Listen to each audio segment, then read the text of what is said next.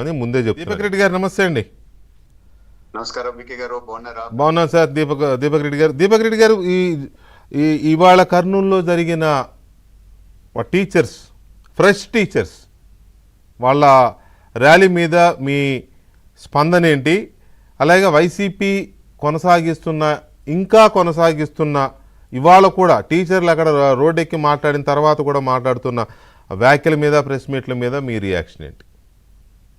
VK గారు, వేరే రాష్ట్రాల కన్నా మన రాష్ట్రంలో ఒక పెక్యులియర్ సిచ్యువేషన్ అండి. ఎందుకంటే వైఎస్ఆర్ పార్టీకి సంబంధించిన వాళ్ళు అనేక అసత్యాలు ప్రజలకి చెప్తూ కన్ఫ్యూజ్ చేస్తూ వస్తారు. సో ఒక ఇష్యూ మనము మాట్లాడే ముందు వాస్తవాలు మరొకసారి ప్రజల దృష్టికి తేవటం అనేది మనకు తప్పదు ఈ రాష్ట్రంలో. సో అందుకని కొన్ని ఫ్యాక్ట్స్ నేను చెప్పి తర్వాత టీచర్స్ ఇష్యూకి వస్తానండి. జగన్మోహన్ రెడ్డి 5 సంవత్సరాలు అధికారంలో ఉండి నేను డిఎస్సి పెడతాను, జాబ్ క్యాలెండర్ తెస్తాను అని చెప్పి ప్రజలకి మాట ఇచ్చి మోసం చేసింది వాస్తవం కాదా? జగన్మోహన్ రెడ్డి నోటితోనే మీడియాలో 23,000 టీచర్ ఉద్యోగాలు ఖాళీగా ఉన్నాయని చెప్పి 5 సంవత్సరాల్లో ఒక్క టీచర్ ఉద్యోగం కూడా ఇవ్వండి, ఇది వాస్తవం కాదా అనేది మనం ఫస్ట్ అది ఒకసారి ప్రజల దృష్టికి తేవాలి. కేవలము 150 రోజుల్లో 16,347 ఉద్యోగాలు మన ఇప్పుడు ఇచ్చినారు కదా మన కూటమి, ఇది వాస్తవం కాదా? 300 కేసులు పైగా వీళ్ళు వేసి దాన్ని అనేక విధాలుగా అడ్డుకోవాలా అని చెప్పి ప్రయత్నించి వాళ్ళకి ఉద్యోగాలు రానియకుండా చేసేదానికి సర్వ ప్రయత్నాలు చేసింది, ఇది వాస్తవం కాదా?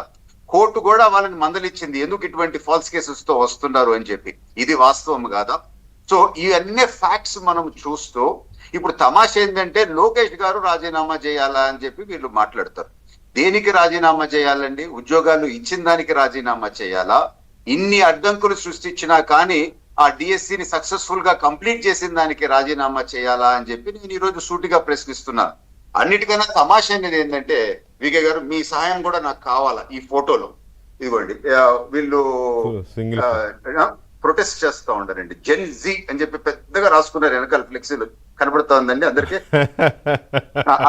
అట్నే ఇదిగోండి, దీంతో ఈ ఫోటోల్లో యాడన్నా ఒక్కడన్నా జెన్జీ మీకు కనపడుతున్నారో దయచేసి నాకు కొంచెం హెల్ప్ చేసి సాయం చేయగలుగుతారని రిక్వెస్ట్ చేస్తున్నాను.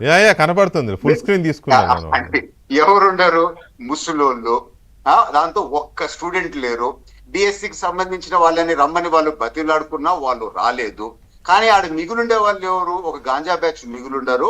కానీ ఈ తమాషా ఒకటి, నేను ఈ రోజు ఒకసారి వైఎస్ఆర్ తరపున మాట్లాడాలనుకుంటా, ఎవరేమో అనుకున్నా కానీ నేను అడిగిన ఏందా ఈ ప్రచారాలు, ఏంది మీ ధర్నాలు అని చెప్పి వైఎస్ఆర్ వాళ్ళలో తెలిసిన వాళ్ళతో అడిగితే 2 ఏళ్ళు అయిపోయింది, ఖాళీగా ఉన్నాము, ఆడ అసెంబ్లీకి బావటం లేదు, మేము 175 అని చెప్పి వై నాట్ అని చెప్పి అహంకారంతో మాట్లాడితే ప్రజలు 11 సీట్లకి మమ్మల్ని పెట్టినారు. ఒక క్రికెట్ టీం అన్నా ఆడుకోవచ్చు అంటే దాంతో ఒక 2 లేస్తే కూర్చోలేరు, కూర్చుంటే లేలేరు, అందుకని క్రికెట్ కూడా ఆడలేము. ఇంట్లో ఖాళీ కూర్చొని ఉంటే మా భార్యలు తిడతా ఉండరు, ఏ పని బట్ట లేకుండా ఇంట్లో ఉండరని. సో ఇట్లాంటి ప్రోగ్రామ్ ఏదో ఒకటి తీసుకొని బయటకన్నా పోతాము, మాకేమన్నా నిరుద్యోగ వృత్తి వస్తుందేమో అనే ఉద్దేశంతో ఈ ప్రోగ్రామ్ చేస్తున్నాం అని చెప్పి ఒకరు చెప్పడం జరిగింది. కానీ తమాషా ఏంది అని అంటే వీళ్ళు మాట్లాడేదానికి 1% అన్న అర్హత వీళ్ళకు ఉందా అండి? గతంలో నాడు నేడు అని ఒక ప్రోగ్రాం పెట్టి కేవలం పెయింట్లు కొట్టి ఆ స్టూడెంట్స్ కి రావాల్సిన డబ్బు దాన్ని కూడా దాన్ని సైఫన్ ఆఫ్ చేసి డబ్బులు సంపాదించుకునేది వాస్తవం కాదా? ఇంగ్లీష్ మీడియం అని చెప్పి సరిగ్గా ట్రైనింగ్ చేయకుండా, ఆ ప్రోగ్రామ్ సరిగ్గా ఇంప్లిమెంట్ చేయకుండా ఫెయిల్ శాతము స్టూడెంట్స్ లో పెంచి మొత్తం గందరగోళం చేసింది వాస్తవం కాదా?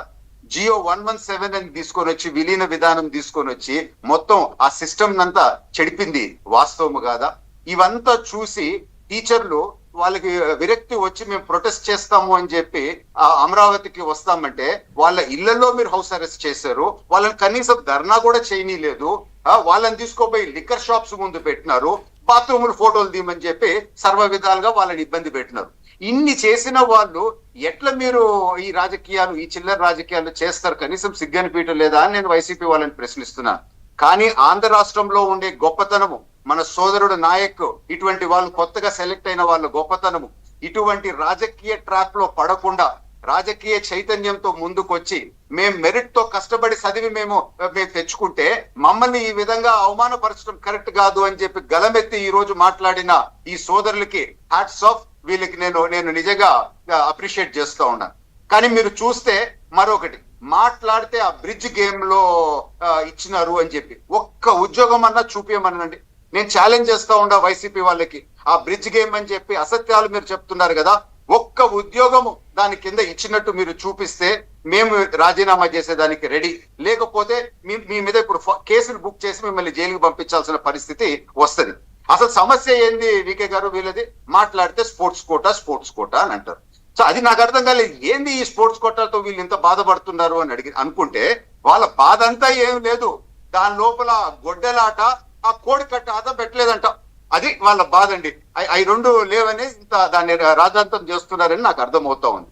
చివరి మాట ఒకటి చెప్పి నేను ఇంకా లోకేష్ గారు తెచ్చిన రిఫార్మ్స్ గురించి కొన్ని చెప్పాలా, అది మీరు మళ్ళా నెక్స్ట్ తీసుకుందాంలేండి. విక్రమ్ గారు ఇక్కడ పాయింట్ అండి, చెప్పండి.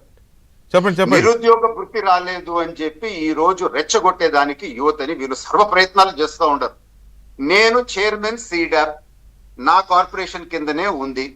ఒక 3 నెలలకి ₹1,00,000 ఒక నిరుద్యోగి మీద ఖర్చు పెట్టి వాళ్ళ ఇంటి నుంచి వచ్చే ఖర్చు నుంచి వాళ్ళు కంపెనీలో చేరేదాకా ఉద్యోగం ఇప్పించి food free, stay free, education free, uniform free, అక్కడ జరిగే on training free, course work free, ₹1 ఖర్చు లేకుండా ₹1,00,000 ఖర్చు పెట్టి 3 నెలలు ప్రోగ్రామ్ చేసి ఉద్యోగాలు ఇప్పిస్తున్నామండి మేము.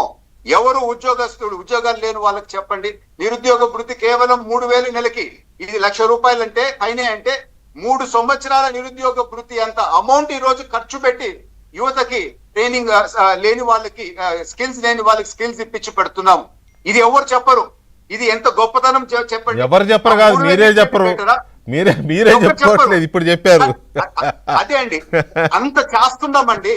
నేను ఈరోజు ఛాలెంజ్ చేస్తా ఉన్నాను మన వికే గారు, నిరుద్యోగ వృత్తి నాకు ఉద్యోగం లేదు, నేను పని చేస్తాను, కష్టపడతాను అనే వాళ్ళు, మీకు ఎడ్యుకేషన్ లేకపోయినా పర్వాలేదు, 10th క్లాస్ ఫెయిల్ అయినా పర్వాలేదు, మీరు సీడాప్ ఆఫీస్ కి రాండి, మీకు ఉద్యోగాలు ఇప్పించే బాధ్యత మాది. లోకేష్ గారు ఇచ్చిన గైడెన్స్ ప్రకారము, చంద్రబాబు నాయుడు గారి డైరెక్షన్స్ ప్రకారము నిరుద్యోగి అని ఆంధ్రప్రదేశ్ లో ఉండనే ఉండడు, మిమ్మల్ని ట్రైన్ చేసి పెట్టే బాధ్యత మాది. ఉద్యోగాలు దానికి ఒక కాల్ సెంటర్ లాంటిది పెట్టించవచ్చు కదా దీపక్ రెడ్డి గారు, టోల్ ఫ్రీ నంబర్స్ తోనో, లేకపోతే ఒక చిన్న సీడాప్ ఆఫీస్ అంటున్నారు కదా మీరు, అక్కడ ఒక చిన్న కాల్ సెంటర్ పెట్టిస్తే వాళ్ళు ఫోన్ చేసి వాళ్ళ సమస్య చెప్తారు, కాల్ సెంటర్ నుంచి వచ్చే సలహాల ఆధారంగా ఆన్లైన్ లో అప్లోడ్ చేయడం ఏదో చేస్తారు.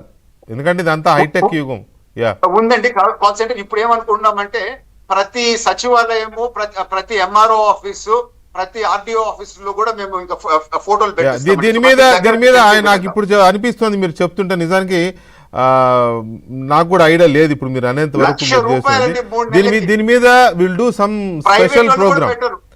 Will do some special programme sir. ₹1,00,000 ఖర్చు పెడుతున్నాం. ఓకే, దీని మీద ఒక స్పెషల్ ప్రోగ్రామ్ చేద్దాం. ఎందుకంటే వేల లక్షల మంది నిరుద్యోగులకు ఉపయోగపడే ప్రోగ్రాం కాబట్టి ఇది మీరు చేస్తున్నది, దాన్ని స్పెషల్గా ప్రమోట్ చేసే కార్యక్రమం చేద్దాం ఒకటి. రైట్ విక్రమ్ గారు, ఇక్కడ ఒక ప్రతిపక్ష